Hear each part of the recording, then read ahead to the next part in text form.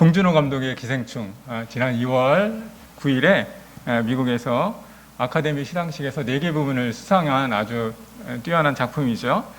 한국 영화 최초의 사건이기도 하고 또 영어가 아닌 언어로 훌륭한 상을 수상한 것으로 알려져 있습니다. BTS 이상으로 한류를 세계에 선진하고 알릴 수 있는 아주 경사스러운 작품이죠.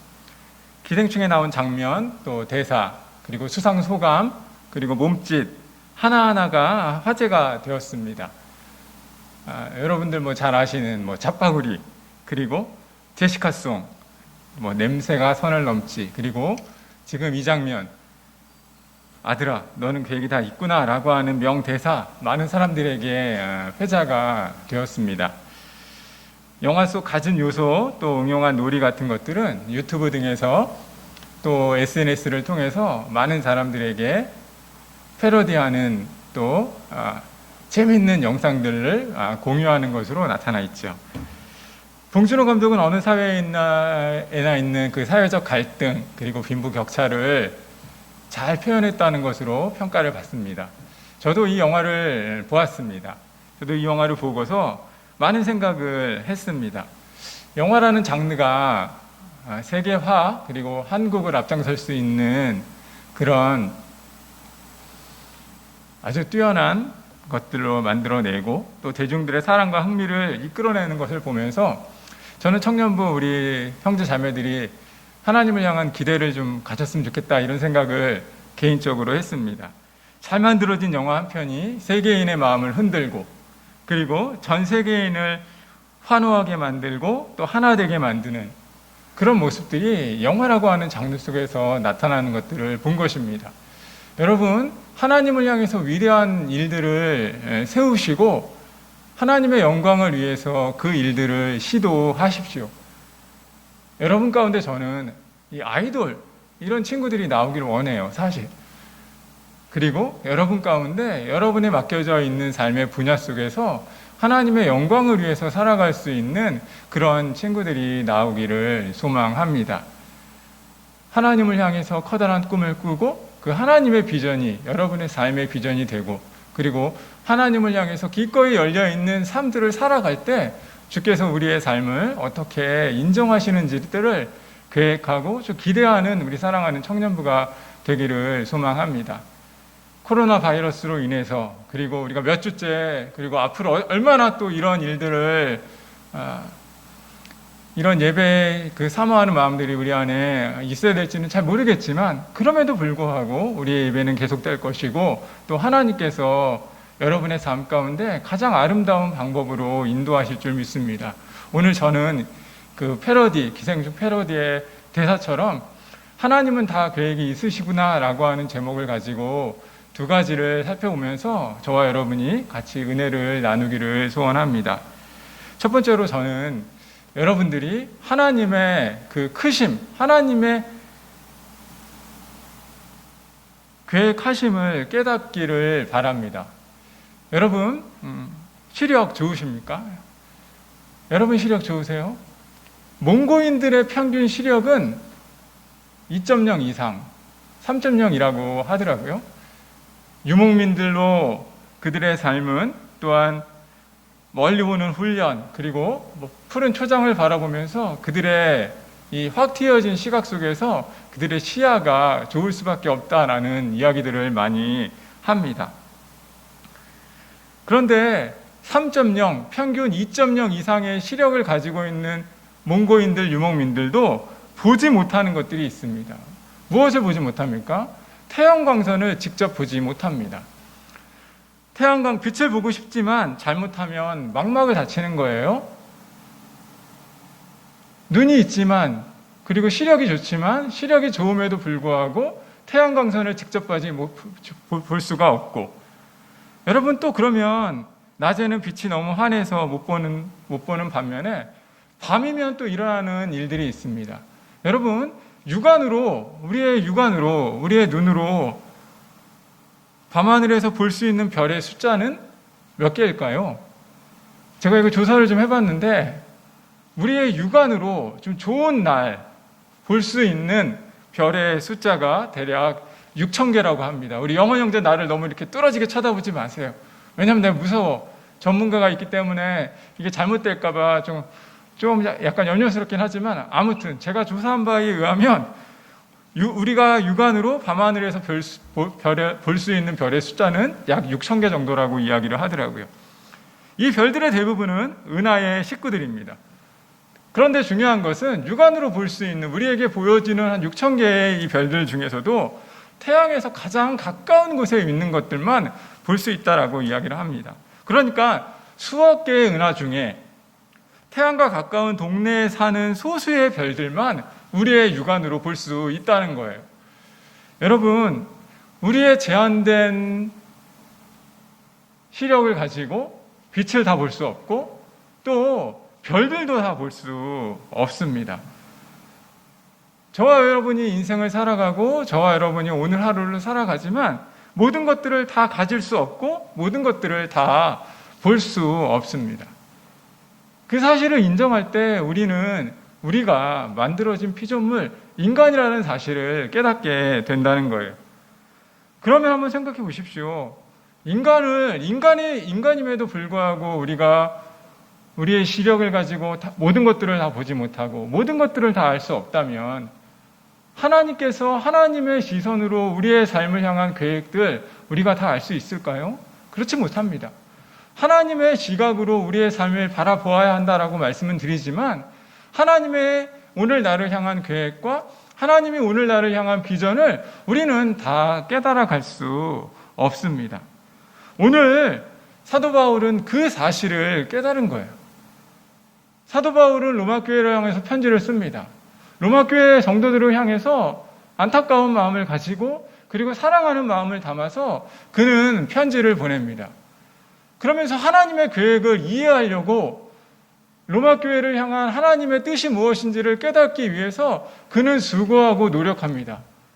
여러 가지 것들을 찾아보고 로마 교회 성도들을 향해서 보다 좋은 안녕과 보다 좋은 내일의 삶을 설계하기 위해서 안타까운 마음으로 사도 바울은 편지를 씁니다. 그러면서 그는 발견합니다. 그러면서 그는 궁금해합니다. 뭘 궁금해했냐 하면 사도 바울은 이방인의 구원과 유대인의 구원에 대해서 그는 이해하기 시작합니다. 무슨 이야기냐 하면 사도 바울은 유대인이었어요.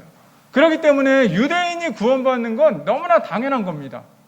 그런데 하나님께서는 유대인들에게만 구원을 허락하시는 게 아니라 이방인들에게 유대인이 가지고 있는 특권인 하나님의 구원을 허락하시기 시작했다는 거예요. 사도 바울이 그 사실에 대해서 이해할 수가 없는 겁니다. 왜냐하면 자신은 그리고 자신의 민족은 선택받은 백성이니까 우리는 구원받은 것은 너무나 당연한 거예요. 그런데 이 구원의 촛대가 유대인이 아닌 이방인에게 옮겨지는 장면을 보면서 사도 바울은 하나님을 이해할 수가 없는 겁니다.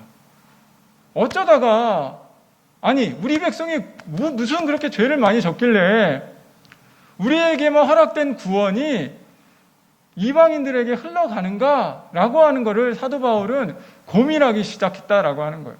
고민이 짙어져서 그는 왜 이런 일들이 벌어지는가라고 하는 것을 안타까운 마음으로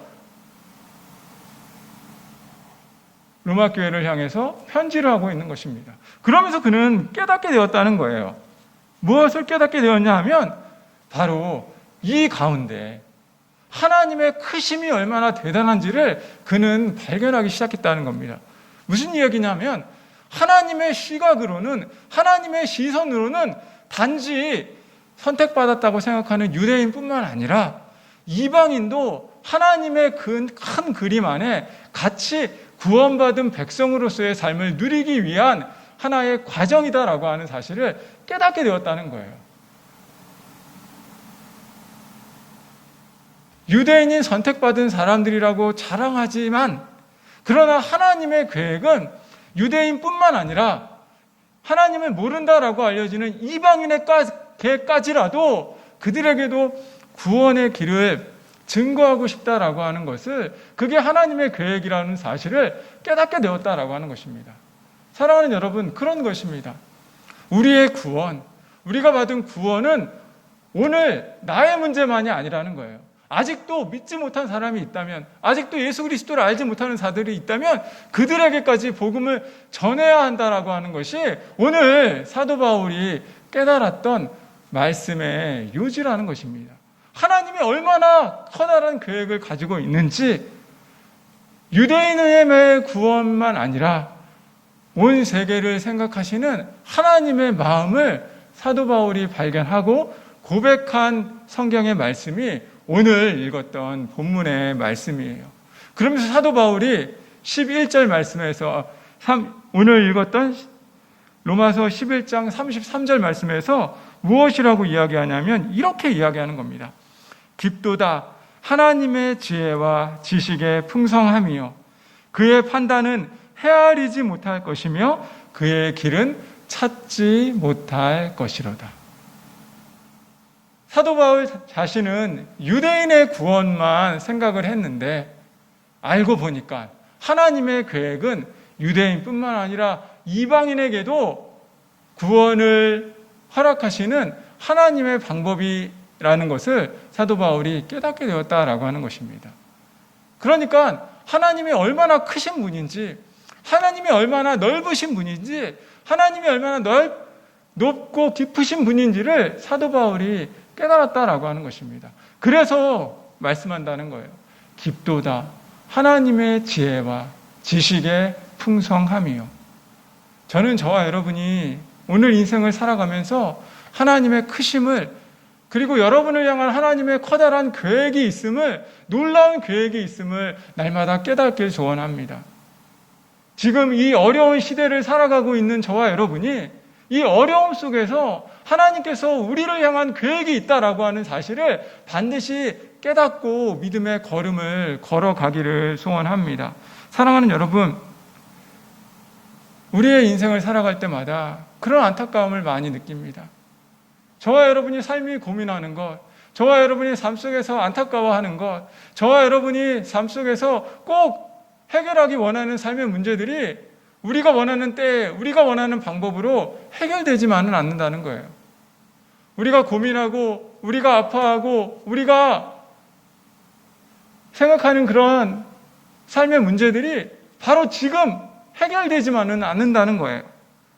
때로 나의 삶 가운데 기도 응답이 없어서 좌절하기도 하고, 침묵하신 하나님은 너무 멀리 보이고, 직장을 위해서 기도하고, 학교를 위해서 기도하고, 취직과 진로를 위해서 기도하고, 부모님을 위해서, 가정을 위해서 그렇게 간절히 기도하는 오늘 나의 기도가 헛된 것으로, 그리고 하나님의 침묵으로 우리에게 다가올 때가 있다라고 하는 것입니다.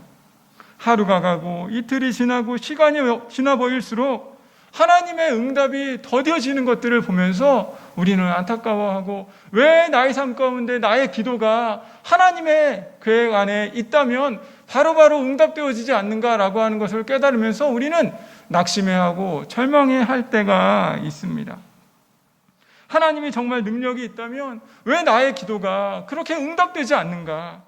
하나님에게 정의가 있다면 왜 세상이 이처럼 불확실하고, 왜 세상이 이처럼 불합리하고 모순투성이인데 이대로 삶을 살아가게 되는가라는 고민을 저와 여러분이 할 때가 있다는 거예요. 오늘 사도 바울은 그 사실을 깨달았다는 것입니다. 사도 바울 역시 많이 배운 지식인이고 참 많은 것들을 깨닫고 알았는데, 유대인의 구원이 단순히 유대인의 구원만이 아니라 이방인에게까지 구원을 허락하시는 하나님의 방법이고 하나님의 계획이었다라고 하는 사실을 깨닫고, 그는 깊도다 하나님의 지혜와 하나님의 지식의 풍성함이여 라고 고백하고 있습니다. 사랑하는 여러분, 저는 저와 여러분을 향한 하나님의 계획을 날마다 깨닫고 믿음의 걸음을 걸어가기를 원합니다. 하나님의 구원은 결코 실수도 없고 실패도 없습니다. 내 삶 가운데 비록 지금 바로 응답되는 것이 혹 없을지라도 그 가운데 하나님은 지금도 일하신다라고 하는 사실을 반드시 기억하는 저와 여러분이 되기를 주님의 이름으로 소원하고 축복합니다. 두 번째로 드리고 싶은 말씀은 하나님은 모든 것이 되신다는 사실을 기억하시길 바랍니다. 사랑하는 여러분, 하나님은 저와 여러분을 향해서 계획을 가지고 계시고, 그리고 하나님이 크시고 위대하신 분일 뿐만 아니라 하나님은 모든 것 되시는 분이십니다. 오늘 사도 바울은 하나님을 향해서 깊도다, 하나님의 지혜, 하나님의 지식, 이 말씀을 합니다. 그러면서 34절 말씀부터 무슨 얘기를 하냐면 누가 모사이겠느냐, 또 누가 하나님을 알겠느냐, 이런 말씀을 34절부터 그는 이야기합니다. 무슨 이야기냐면 하나님을 다 알 수 없다는 거예요. 하나님의 지혜를 다 깨달을 수 없다는 거예요. 우리 인생을 향한, 그리고 전 세계를 향한, 그리고 나의 구원을 향한 하나님의 계획과 섭리를 다 알 수 없고 발견할 수 없다는 거예요. 그러면서 사도 바울이 무엇이라고 얘기하냐면 누가 이런 일들을 행하고 누가 지혜 있는 사람이고 누가 하나님을 가르칠 수 있겠느냐라고 이야기하고 있는 것입니다. 사랑하는 여러분, 사도 바울은 누구도 하나님을 다 이해할 수 없다고 말합니다. 하나님의 지혜를 다 깨달을 수 없다고 말합니다. 우리 삶 가운데 벌어지는 그 많은 안타까운 일들을 우리는 다 알 수 없다라고 사도 바울은 인정하는 것입니다. 어찌 보면 저와 여러분은 하나님 마음의 10분의 1도 경험하지 못하면서 살아가는지도 모릅니다. 다 이해할 수 없고 다 알아갈 수 없는 그 하나님, 그러나 우리에게 소망이 하나 있습니다. 무엇입니까? 예수님을 영접하면, 예수님을 영접하는 그 순간 우리 안에 누가 계십니까? 성령 하나님이 계십니다. 성령 하나님께서 저와 여러분과 날마다 동행하십니다. 영접하는 자, 그 이름을 믿는 자에게는 하나님의 자녀가 되는 권세를 주셨나니라고 말씀합니다. 내가 예수 그리스도를 나의 주님, 나의 하나님을 영접하는 그 순간 성령 하나님께서 우리와 언제나 함께 하십니다. 우리의 삶을 동행하십니다.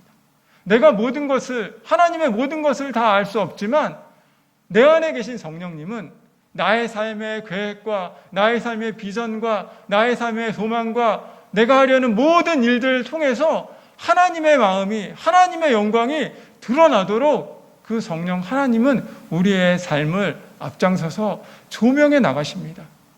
그러기에 우리에게 필요한 것은 무엇이냐면 내 안에 계신 성령님, 내 안에서 지금도 역사하시는 그 성령 하나님께 날마다 묻는 것입니다. 오늘 하나님의 계획을 믿고 오늘 나의 삶 속에 하나님의 섭리, 하나님의 주권을 믿는 자라면 성령 하나님께 그 하나님의 음성을 들을 수 있도록 날마다 하나님과 소통하며 살아가야 한다는 거예요. 큰 일이건 작은 일이건 하나님께 묻고 하나님의 뜻을 구하고 성령님이 기뻐하실까 기뻐하지 않으실까를 살펴보면서 내 안에 성령님이 일하실 수 있도록 하나님과 성령님과 호흡하면서 삶을 살아가야 한다는 거예요. 사랑하는 여러분, 많은 전문가들이 이야기하는 속설이 하나가 있어요. 과학적으로 확실히 증명된 사실이 아니지만 우리가 그냥 흔히 알고 있는 이야기 중에 이런 게 있습니다. 저와 여러분의 뇌는 10%만 사용하다가 죽는다는 거예요. 아무리 뛰어난 아인슈타인 같은 사람이라도 뇌의 15% 정도밖에는 사용하지 못했다라는 것을 우리는 과학적 사실, 속설로 그냥 받아들이고 있습니다. 그런데 여러분, 이거는 증명되지 않은 사실이에요. 아니, 증명할 수 없는 사실인지도 모릅니다. 그런 의미에서 볼 때 하나님은 하나님의 성품의 100%를 우리가 이해한다는 것, 한다는 것은 정말 불가능한 일입니다. 하나님은 알파와 오메가이시고 처음과 나중 되시고 우리 삶의 모든 것 되시는 분이시기 때문입니다. 오늘 성경은 사도 바울의 입술을 통해서 누가 하나님을 가르칠 수 있고 누가 하나님의 계획과 뜻을 다 알 수 있겠느냐라고 말합니다. 그러면서 36절 말씀에서 이렇게 성경은 말하고 있습니다. 36절 말씀을 보면 성경은 이렇게 이야기합니다. 이는 만물이 주에게서 나오고 주로 말미암고 주에게로 돌아감이라. 그에게 영광이 세세에 있을지어다. 아멘. 만물이 주에게서 나오고 주로 말미암고 주에게로 돌아갈 것이기에 우리는 하나님을 우리의 인생 속에 다 경험할 수 없을지라도 내 안에 성령님과 날마다 소통하며 삶을 살아가는 것입니다. 오늘 이 본문을 통해서 저와 여러분은 알 수 있는 두 가지 사실이 있어요. 무엇이냐면 하나님은 모든 것 되시기에 하나님을 누구도 가르칠 수 없다는 거예요. 왜냐하면 이는 만물이 주에게서 나오고 주로 말미암고 주에게로 돌아갈 것이기 때문입니다. 그래서 하나님을 가르칠 수 있는 사람은 아무도 없습니다. 그리고 두 번째로 하나님은 거래의 대상이 아니라는 거예요. 하나님은 주고받는 것, 이 관계가 성립되지 않는 분입니다. 왜냐하면 하나님은 만물이 주에게서 나오고 주로 말미암고 주에게로 돌아갈 것이기 때문입니다. 내가 이만큼 했으니까 하나님이 이만큼 해주셔야지, 이 관계가 성립되지 않는다는 거예요. 왜냐하면 그분은 모든 것 되시기 때문입니다. 여러분, 우리는 삶에서 관계를 하면 기브 앤 테이크라고 하는 것이 정석으로 받아들여집니다. 직장인들에게 더치페이는 생활이고, 오죽하면 남녀 간의 관계에 있어서도 기브 앤 테이크는 어찌 보면 통용되는 이 진리 가운데 하나입니다. 부모와 자식 간의 관계에 있어서도 기브 앤 테이크를 바라고 또 이런 일들이 종종 일어납니다. 이만큼 했으니까 대가를 바라는 것이 사람과의 관계인지도 모릅니다. 그런데 우리가 명심하셔야 할 게 있어요. 하나님은 그 거래가 성립되지 않는다는 것입니다.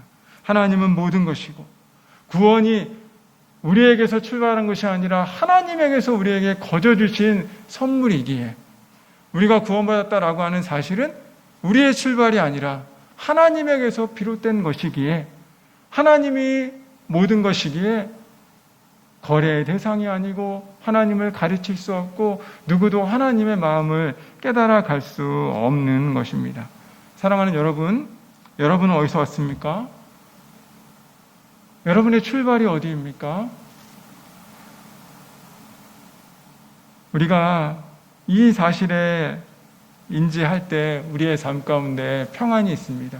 무엇이냐면 바로 저와 여러분은 하나님의 계획과 섭리 가운데 오늘 하루를 살아간다는 사실이에요.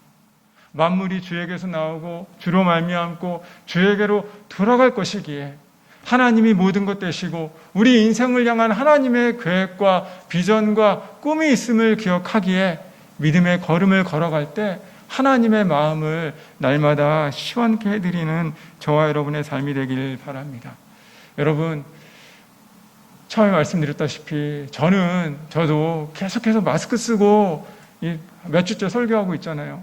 이런 일이 저한테 일어날 줄은 저는 전혀 생각해 본 적이 없습니다. 그럼에도 불구하고 이 시대를 받아들이는 겁니다.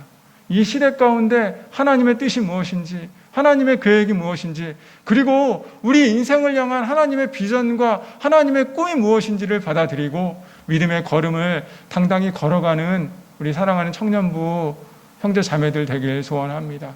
만물이 주에게서 나오고 주로 말미암고 주에게로 돌아갈 것이기에, 영광이 세세무궁토록 하나님에게 있을 것이기에 우리의 입술로 하나님을 찬양하고 우리의 마음을 다해, 우리의 정성을 다해 하나님을 높이는 저와 여러분이 삶이 되길 주님의 이름으로 소원하고 축복합니다. 오늘 적용성을 같이 하려고 하는데요. 오늘 적용성이 조금 오래된 어려운 찬양일 수 있어요. 근데 오늘 말씀하고 너무 사실 잘 맞아서 제가 계속 준비를 했던 찬양입니다. 여러분, 우리 같이 찬양하고 모르는 찬양 같이 좀 배웠으면 좋겠습니다.